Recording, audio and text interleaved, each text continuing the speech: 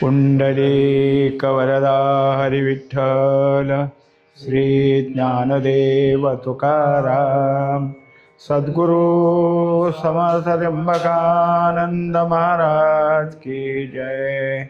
माऊली ज्ञानेश्वर महाराज की जय। जगद्गुरु तुकाराम महाराज की जय। श्री गुरुदेव दत्त। क्षेत्र क्षेत्रज्ञ प्रकृती पुरुष। बाकी सगळ्यांनी जगत उत्पत्ती करता जे जे काही मत आहे ते मत आपलं मांडलं।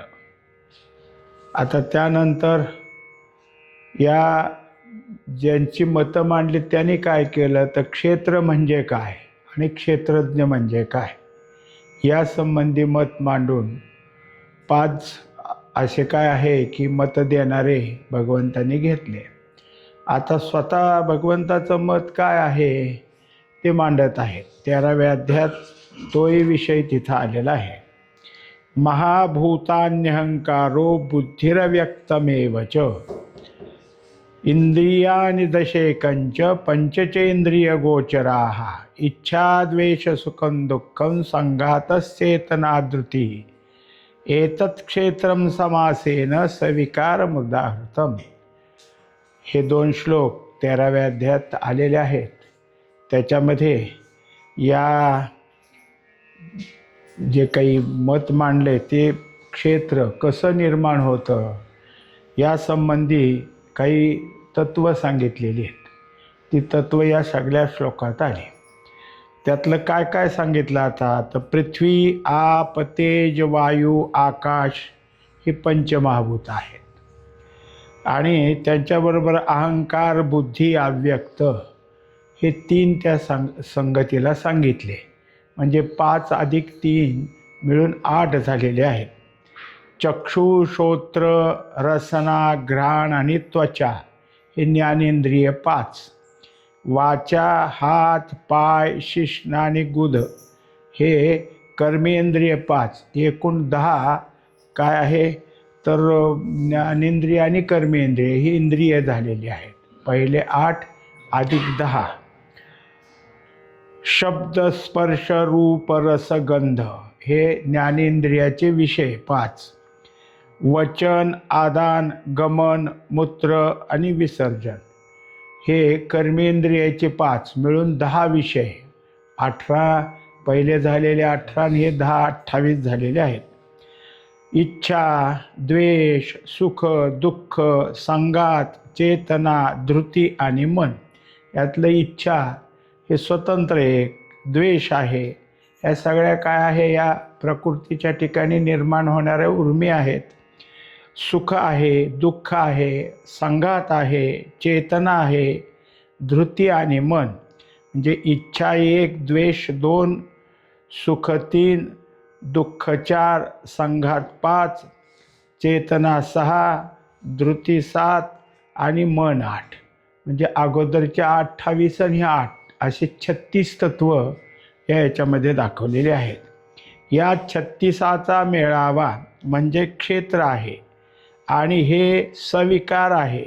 यातील एखादी गोष्ट नसेल तर क्षेत्र अपूर्ण राहते, क्रिया चालण्यास प्रतिबंध होतो। म्हणजे हे जे 36 तत्व सांगितली ही क्षेत्राच्या ठिकाणी असावीच लागतात। ह्यातलं एक जरी झालं तरी क्रिया होऊ शकत नाही। मग जसं एखादं काय आहे बैलगाडी आहे त्या बैलगाडीला सुद्धा जे जे काही अवयव आहेत तिचे पुढचे बैलाच्या मानेवर ठेवायचं जू दांड्या मागची बैलगाडीची वरचं सगळं आणि खालची चाकं चाकाच्या खालचं मधला आख त्याला बसवणाऱ्या कुण्या हे सगळं असलं तरच बैलगाडी चालते। एका चाकाची एक कुणी नसली तरी चाक कधी निखळून पडेल सांगता येत नाही। हे सगळं जसं जिथल्या तिथं लागतं तसं या क्षेत्राच्या ठिकाणी हे सगळं लागतं। एखादं नसलं तर काय आपण पाहतो काहीला डोळे नसतात काहीला ऐकायला येत नाही काहीला हात नसतो दुसराही हात नसतो काहीला पाय नसतात म्हणजे क्षेत्र संपलं असं नाही, पण काम चाललं का? हाताचं काम नाही चाललं, पायाचं काम नाही चाललं, पाहणं नाही, ऐकणं नाही, म्हणजे जे त्या ठिकाणी नाही त्याचं सगळं काम खोळंबलं तर क्रिया थांबलीच ना. जरी झाली असली क्रिया तरी त्याला व्यंग म्हटलं आहे. ते सगळं काय आहे? व्यंगरूप आहे. म्हणजे तेवढा त्याचा भाग कमीच झाला आणि तेवढ्या भागाची पूर्तता झाली नाही म्हणजे ते अपूर्ण झालं. आता हे सगळं काय आहे? क्रिया चालण्याकरता ह्याची गरजच लागते. जसं शास्त्रामध्ये सांगितलं की साधारण कारण आणि असाधारण कारण. असाधारण कारणं असल्यात सगळ्याच क्रियेला लागतात, त्याच्याशिवाय क्रिया होतच नाही, म्हणजे कार्य होत नाही. हे जसं आहे तसं आहे. काहीला काय आहे? साधारण कारण आहे, त्याची क्रिया तीच आहे. जसं दूध दही घुसळायचं असलं तर रवी लागते, पण ते तेवढ्याच कार्याची. ती काही रवी आणखीन कुठेकडे चालते अशातला भाग नाही. जे काही ज्याचं ज्याचं कारण असेल ते त्याचं कार्य करेल, पण ते सगळ्यालाच ते उपयोगी असं नाही. पण 9 जे सांगितलेत ते मात्र कसे आहेत? तर सगळे त्या ठिकाणी लागणारेच आहेत, त्याच्याशिवाय कार्य होत नाही. तसं हे क्षेत्र आहे आणि क्षेत्राचं कार्य होण्याकरता हे सगळे त्या ठिकाणी लागतात. आता ह्याच्यातल्या विचाराच्या गोष्टी ज्या आहेत त्या आपल्याला काय केल्या? 13व्या अध्यायात अत्यंत स्पष्टतेनं मांडल्या आणि हे सगळं आपल्याला विचारात घेताच येतं. कधी असा विचार येतो की इच्छा द्वेष हे जे काय आहे हे अंतःकरणात आहे. इच्छा प्रत्येकाच्याच अंतःकरणात आहे, कोणाच्या नाही असं नाही. अज्ञानाच्या मनामध्ये आहे, अंतःकरणात आहे आणि सज्ञानाच्या म्हणजे ज्ञानीयाच्या आहे. ज्ञानीया इच्छा करतो वेगळी आणि जो कोणी असल सामान्य अज्ञानी तो अज्ञानेप्रमाणे, म्हणजे अज्ञानाची इच्छा अज्ञानाप्रमाणे, सज्ञानाची इच्छा सज्ञानाप्रमाणे. पण इच्छा आहेतच आणि ज्याची त्याची भावना त्याच्या इच्छेप्रमाणे. जसं तुकोबाराय म्हणतात की तुका म्हणे गर्भवासी सुखे घालावे आम्हासी. म्हणजे गर्भवास मागितला त्याने, इच्छा आहे त्यांची. वास्तविक आता मुक्त होण्याची गरज आहे, मुक्त होण्याकरता तर परमार्थ आहे, पण हे मागतात याचं कारण त्यांची ती इच्छा आहे. त्या इच्छेतून त्यांना त्या ठिकाणी काय पाहिजे असेल ते त्यांनी मागणी केली. द्वेष हा सगळीकडेच असतो. आता त्याच्यानंतर आलं सुख आणि दुःख. वास्तविक सुख परमात्म्याचंच आहे असं सगळे शास्त्र निर्विवाद सांगतात, पण सुख प्रकृतीजन्यच आहे. म्हणजे कधी प्रकृतीच्या अंगातनं बाहेर होतं ते सुख कोणतं? मग परमात्म्याचं सुख जर सुखच आहे तर हे सुख कोणतं? तर दुःखाच्या अभावात जे असतं ते सुख आणि सुखाच्या अभावात असतं ते दुःख. म्हणजे हे दोघं कोण आहेत? एकामेकाच्या अभावातले. जेव्हा आमच्या ठिकाणी कशाचंच दुःख नसतं तेव्हा सुखच असतं, कशाचंच सुख नसतं तेव्हा दुःख असतं. म्हणून हे सुख दुःख आहेत आणि संपूर्ण शरीरभर चेतना एक आहे.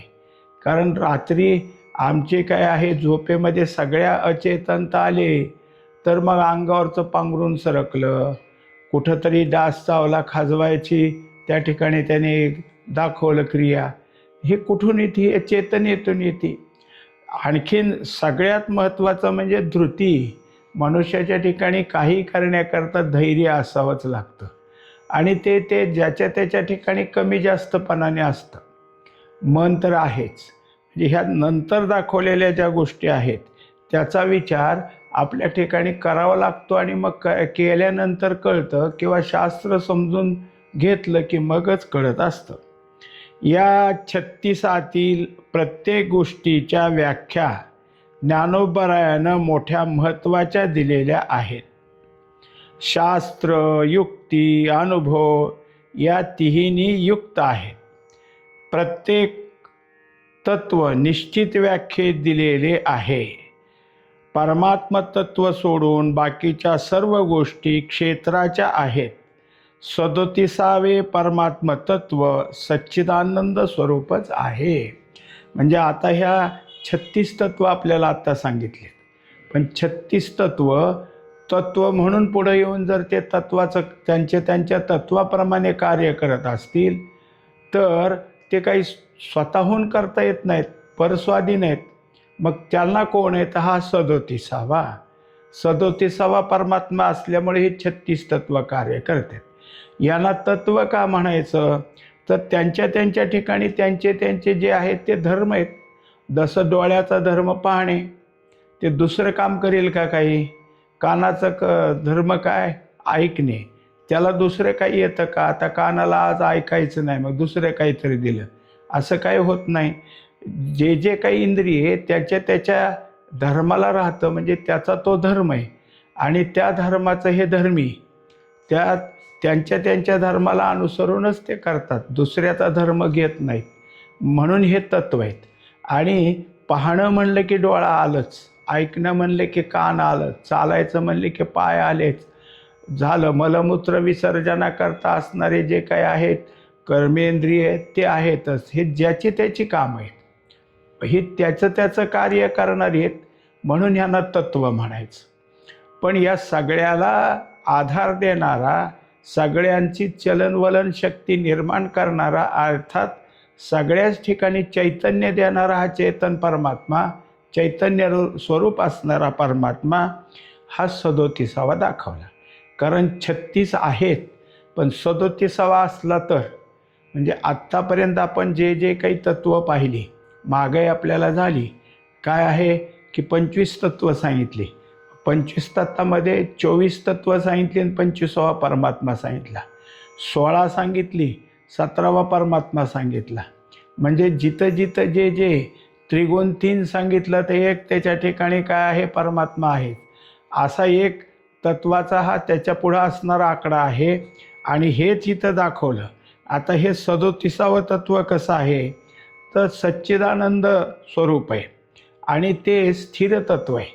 या सगळ्यांच्या ठिकाणी विकार होत असल्यामुळं हे सगळे कसे आहेत? आपल्याला या श्लोकामध्येच पाहिलं की सविकार मुदाहृतम, हे सगळे सविकार आहे, विकारी।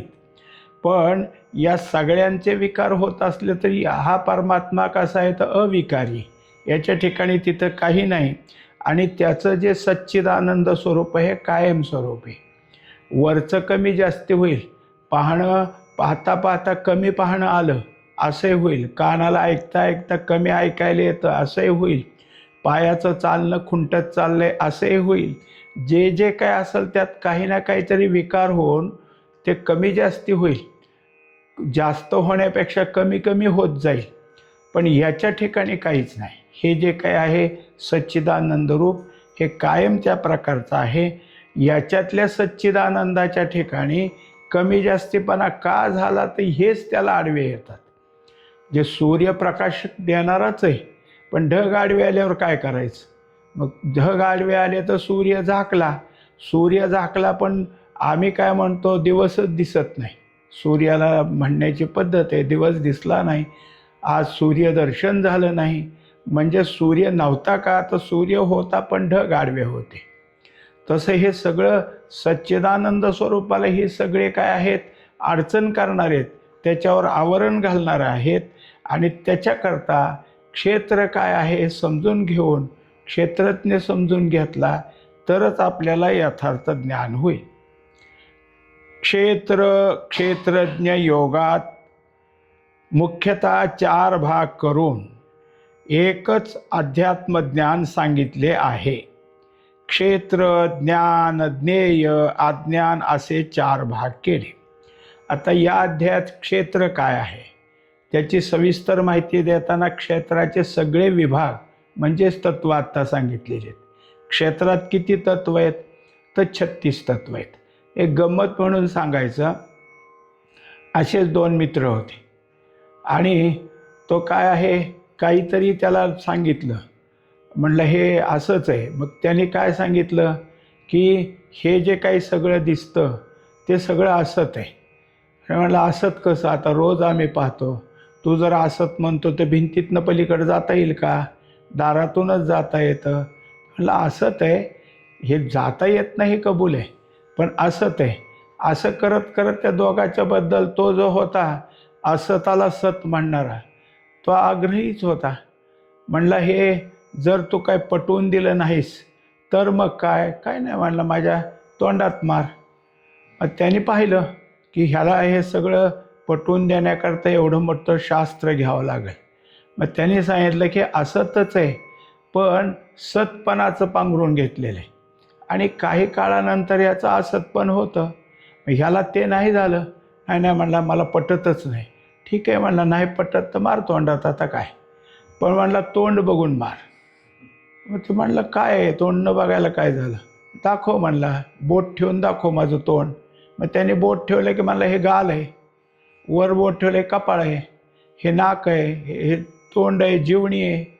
आता नेमकं तोंड म्हणजे काय, का कपाळापासून हनवटीपर्यंत, गळ्यापासून या कानाची त्या कानापर्यंत जेवढा परिसर आहे त्याचं नाव तोंड. म्हणजे तोंड म्हणजे एक आहे का? तू जर तोंड म्हणजे अनेक आहे म्हणून सांगतो, तसं अनेकानं जेव्हा दाखवशील तेव्हा तोंड म्हणशील, एका अवयवाकडं बोट ठेवून नाही. तसं हे सगळं तुला समजून द्यायला अनेक शास्त्र घेऊन त्या सगळ्या गोष्टी तुझ्या पुढं येतील, मग तुला असतपणा कळेल. म्हणजेच काय झालं तर समूहाचं नाव तोंड. काय लक्षात आलं आपल्या? समूहाचं नाव तोंड, तसं समूहाचं नाव क्षेत्र. आता ते क्षेत्र समजून देणार आहेत, त्याच्यात क्षेत्रज्ञ काय समजून देणार आहेत, आणि मग तो क्षेत्रज्ञ समजून देत असतानाच ज्ञान काय, ज्ञेय काय, आणि ह्या दोन सगळ्याबरोबर अज्ञान काय, हे सगळं सांगायचं आहे.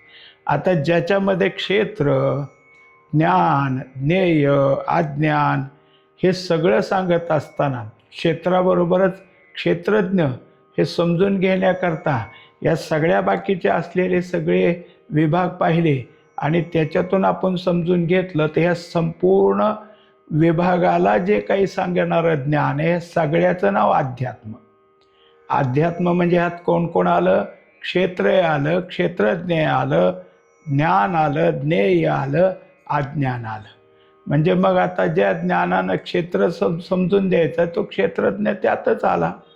हे सगळं त्याच्यात जेव्हा येतं तेव्हा अध्यात्म श्रवणे होय श्रुतिज्ञान.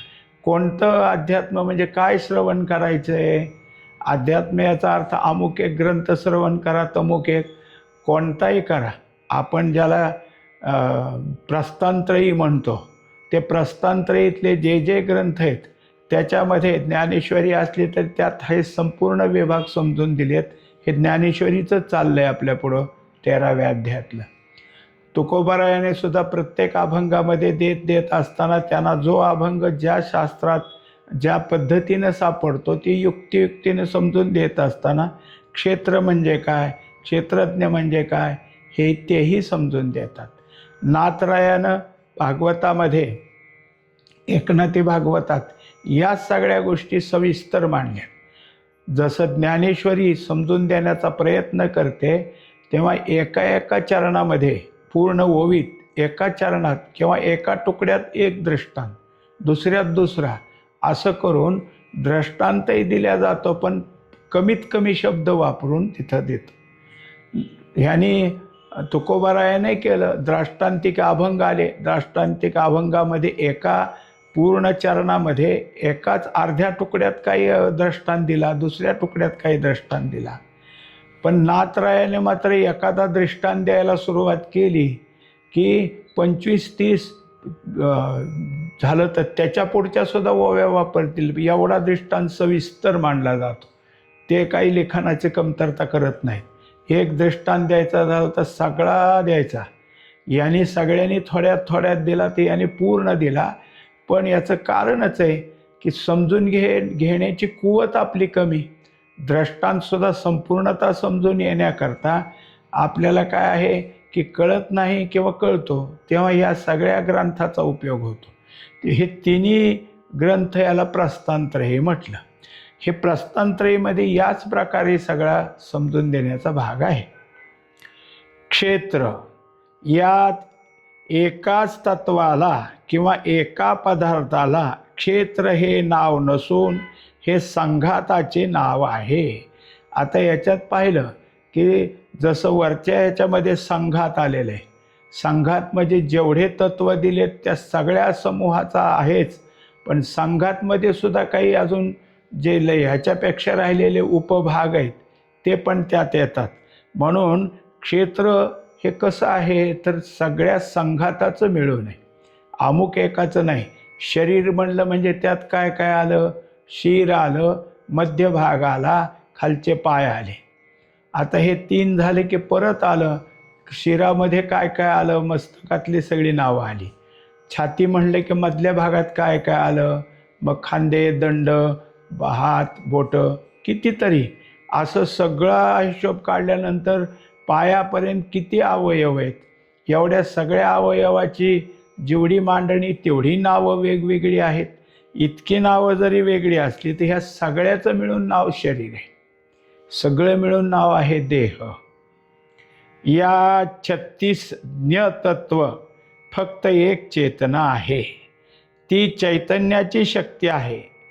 ती तिन्ही अवस्थात एकरूप असून जाणून देण्याचे काम करणारी आहे.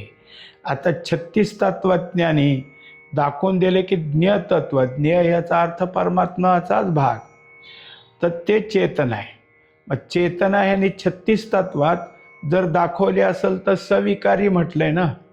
चैतन्य हेच चेतन आहे, पण चैतन्य आविष्कारातून बाहेर पडतं. तेव्हा एरवी सगळ्या अंतःकरणाचा लय झाला तर चेतना संपली नाही. मनुष्य झोपी गेला म्हणजे मेला असं नाही होत. त्याचं शरीर आणि त्या शरीरातल्या चेतना सगळ्या आहेत. शरीरस्थ कार्य सगळी चालतात. शरीरस्थ कार्यामध्ये काय होतं? अन्नपचन चालू असतं, श्वसन चालू असतं, चलनवलनातल्यामध्ये त्याच्या रक्ताभिसरण चालू असतं, अनेक गोष्टी त्याच्या चालूच असतात. मग हे कोणाच्या तत्वावर? जर शरीर जर थांबले, झोपले आणि अंतःकरण त्यामुळे इंद्रिय जागी नाहीत, इंद्रियांचे विषय जागे नाहीत, असं जर आहे तर मग आतलं कोण चालवतं? कसं चालतं? तर त्याला ही चेतना आहे. ही चेतना कशी चालते? ते चैतन्याचाच तिचा स्पर्श आहे. म्हणून चैतन्यच चेतनेच्या शक्तीतून आपल्या ठिकाणी काय करतं की जे जे काही आहे शरीराचं, ते शरीराच्या सगळ्या गोष्टी दाखवून देतं. एक उदाहरण सांगतात की एखादी महिला आहे, वय झालेलं आहे आणि आसन्न मरण झाली. आता काय आहे, कोण्या वेळेला जाईल काही सांगता येत नाही. आणि ती काय करत असते, तिचा मुलगा बाहेरगावी असतो आणि आला का हो, आला का हो, आला का हो, सारखं आपलं तेच घोकत असते. शरीर तर संपत आले, पण जेवढा काय आवाज असेल त्या क्षीणमध्ये आला का हो, आला का हो चाललेलं असतं. माणसाला पाणी पाजायचं, दुधाचा घोट द्यायचा म्हणलं तर मानेखाली हात घालून उठून बसवावं लागतं आणि मग पाणी पाजावं लागतं.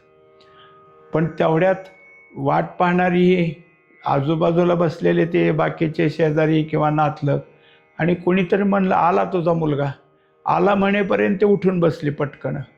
आता जे आसन्न मरण झाली, मानेखाली हात घातल्याशिवाय उठत नाही, एकदम कशी उठली? तर ही चेतना आहे. चेतनेनं काय केलं की तिच्या ठिकाणी सगळं बळ जागं केलं. कारण ज्याची वाट पाहत होती तो आलाय असं म्हणल्याबरोबर चेतना जागी झाली. मग हे जसं होतं तसं ही सगळी चेतना म्हणजे चैतन्य आपल्या ठिकाणी कार्य दाखवतं. ती तिन्ही अवस्थात एकरूप असून जाणून देण्याचे काम करणारी आहे. आता आपण तेच पाहिलं की आपल्या 3 अवस्थेमध्ये जागृतीत शरीराचं भान असतं, स्वप्नात भासमय शरीर असतं, तर सुषुप्तीत आपल्याला शरीराचं भान नसतं. तरी पण अवस्था आहे. अवस्थेत शरीराचं एकदमच सगळं संपलं आहे असं नाही. तर जे कार्य होतं आपण आत्ताच ते पाहिलं, तर ते कोणामुळं होतं? तर चैतन्यामुळं. तेज आणि तेजमान पदार्थ हे एकच असतात, म्हणून ती परमतत्व ठरवावयास पाहिजे. परंतु तिच्या शरीरकाराबरोबर उत्पत्ती व शरीर लयाबरोबर लय स्थूल दृष्टीला दिसतो. आत्ता जे आपण शंका निर्माण केली ती त्याचं उत्तर दिलं की तेज आणि तेजमान पदार्थ हे आपल्याला काय दिसतात? एकच दिसतात. तसंच परमतत्व आणि ते ठरवण्याकरता पाहायला गेलं तर चैतन्य तेच आहे. मग चेतना या असलेल्या 36 तत्वात का घेतली?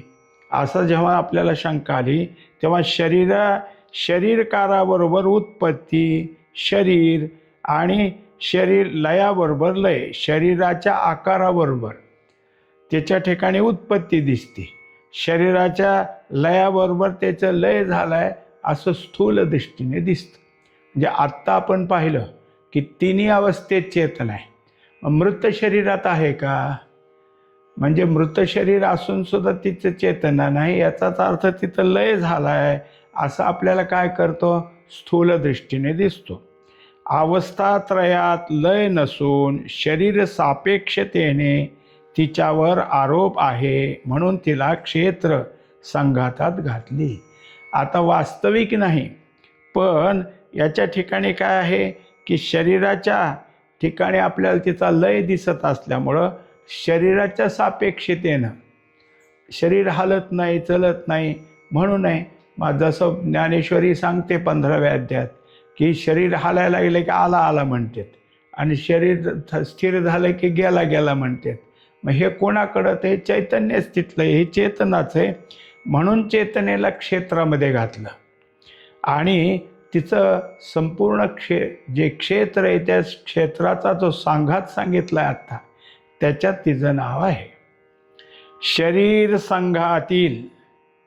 शरीर संघातातील प्रत्येक गोष्टी उत्पत्ती स्थिती लयमान आहे. अस्ति जायते विपरिणमते वर्धते अपक्षीयते नश्यती या षड्विकाराने युक्त आहे.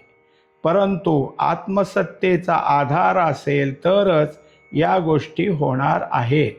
हे नाशिवंत आहे. आता या ठिकाणी काय होतं तर हे 6 आपल्याला विकार सांगितलेले आहेत, षड्विकार. कोणते कोणते? तर जेव्हा आईच्या पोटात असतानाच अस्तित्वाची जाणीव होते म्हणून अस्ति. अजून ते काय आहे, बाळ म्हणून बाहेर आलेलं नाही, पण आहे त्याचं अस्तित्व जाणवू लागतं म्हणून अस्ति. परत त्याचा जन्म होतो म्हणून जायते, हळूहळू वाढू लागतं विपरिणमते, आणि मग एकदा लहान झालं तरी तसंच राहतं का? वर वर वर वर वाढत जातं, वर्धते. पण वाढण्याच्या क्रियेनंतर पुन्हा ते कमी कमी व्हायला लागतं, मग अपक्षी येते. आता त्याचं झालं एक एक एक एक अंग कमी कमी होत चाललं आणि शेवटी कुठं जाणार आहे? नश्यती. असे हे 6 विकार कुठं आहेत? तर या शरीराच्याच ठिकाणी. पण हे 6 विकार वरवर होत जातात. अस्ति आहे, जायते आहे, विपरिणमते, वर्धते, हे सगळं होतं. पण ह्या कोणाच्या आधारावर? तर आत असलेल्या आत्मसत्तेच्या. आत्मसत्तेचा आधार नसेल तर अस्तिन जायते, जायते नंतर सुद्धा जाऊ शकेल, विपरिणमते सुद्धा जाईल, वर्धतेमध्ये म्हणजे कधी जाईल काही सांगता येत नाही. ते अस्थिपासून नश्यतीपर्यंतच टिकतं. कधी? तर जेव्हा आत्मसत्तेचा आधार तिथं कायम राहील तेव्हा या सगळ्या गोष्टी त्याच्याकडून होतात. पण जेव्हा अस्ति जायते त्याच्यानंतर काय? विपरिणमते. हे दिसताना स्थूल मानाने आपल्याला दिसतं, तेव्हा बालकत्व जाऊन तारुण्य येणार आहे. मग बालकत्व कुठे गेलं? तर विकार पावलं, नाशच पावलं, मग तारुण्य आलं. एरवीसुद्धा झोपेतला माणूस जागा झाला, झोप कुठे गेली म्हणले झोप संपली, मग पुन्हा जागा आला, नंतर झोप लागायला लागली. म्हणजे हे दोन्ही एक अवस्था नाश पावते, दुसरी येते, दुसरी नाश पावते, म्हणून ह्याला नाशिवंत म्हणलं. हे कसं आहे? नाशिवंत आहे आणि त्याचे सतत चक्र चालू असतात. आता याप्रमाणे क्षेत्राचं एक एक एक एक वर्णन आपल्याला देत आहेत. पुंडलिक वरदा हरी विठ्ठल सद्गुरु समर्थ त्र्यंबकानंद महाराज की जय. माऊली ज्ञानेश्वर महाराज की जय. श्री गुरु तुकाराम महाराज की जय. श्री गुरुदेव दत्त.